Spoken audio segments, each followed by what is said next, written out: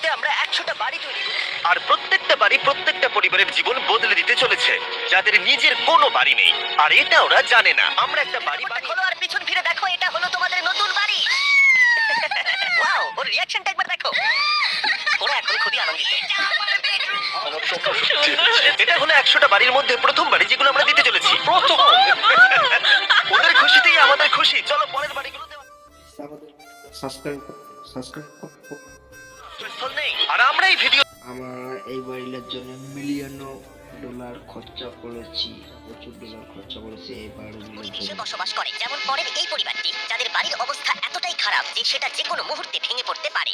তাহলে তুমি এটা বানিয়েছো? হ্যাঁ, নিজেই বানিয়েছো? হ্যাঁ, আমি কাঠ আরো এইসব জিনিস কিনে তৈরি করেছি। আমরা তো পাহাড়ের উপরে আছি, তার মানে এই সমস্ত মেটেরিয়াল তুমি পাহাড়ের উপরে এনেছো? হ্যাঁ, এই পরিবারের একটা ভালো বাড়ির প্রয়োজন, তাই আমরা তাদেরকে ট্রিপে পাঠালাম যাতে আমরা পর্যাপ্ত সময় পেয়ে যাই আমাদের পার্টনারের সাথে তাদেরকে একটা ব্র্যান্ড নিউ বাড়ি গিফট করতে। তোমরা দেখলে একটা পরিবার এইরকম একটা বাড়িতে থাকতো, আর এখন তারা এখানে থাকবে। আর আমি ওদের রিঅ্যাকশন দেখার জন্য অপেক্ষা করতে পারছি না।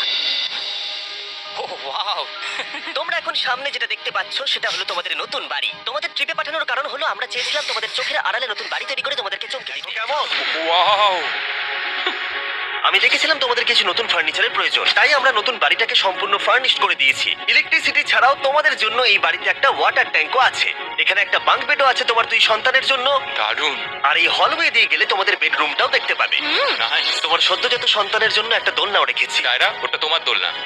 আমরা খুব কষ্টে ছিলাম, তোমরা আমাদের জীবনটা এটা অফিশিয়ালি তোমার নতুন বাড়ির দলিল। তোমাদের অনেক ধন্যবাদ। দুর্ভাগ্যজনক হলেও এরকম অসুরক্ষিত জীবনযাপন করে আরো অনেকগুলো ফ্যামিলি, এবং কিছু ক্ষেত্রে সেগুলো ঝুঁকিপূর্ণ।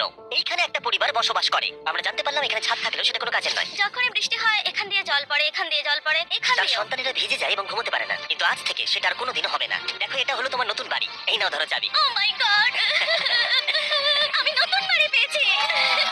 কিন্তু অবশ্যই এখানে আমরা থেমে থাকিনি। আমরা একের পর এক বাড়ি তৈরি করেছি জামাইকার এই সমস্ত ফ্যামিলিগুলোর জন্য। আর 100টা বাড়ি তৈরি না হওয়া পর্যন্ত আমরা থামছি না।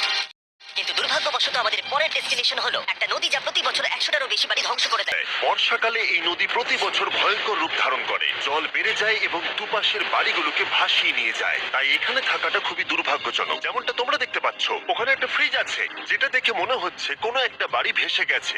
একদম ঠিক। তাহলে তুমি বলছো বন্যা হলে নদীর দুপাশে যে সমস্ত ফ্যামিলিগুলো থাকে তাদের বাড়িগুলো সম্পূর্ণরূপে ধ্বংস। সেই কারণেই আমরা এখান থেকে অনেকটা দূরে এই সম্প্রদায়ের জন্য অনেকগুলো বাড়ি তৈরি করেছি। মজা করছি না? আমরা দিতে চলেছি এই বাড়িটা, এই বাড়িটা, এই বাড়িটা, এই বাড়িটা, এই বাড়িটা, এই বাড়িটা, এই বাড়িটা এবং অনেকগুলো বাড়ি। তাই আমরা শুরু করলাম মারিয়া এবং তার মেয়েকে দিয়ে, যাদের আগের বাড়িটা বর্ষাকালে নদীর জল বেড়ে যাওয়ার কারণে সম্পূর্ণ ধ্বংস হয়ে গেছিল।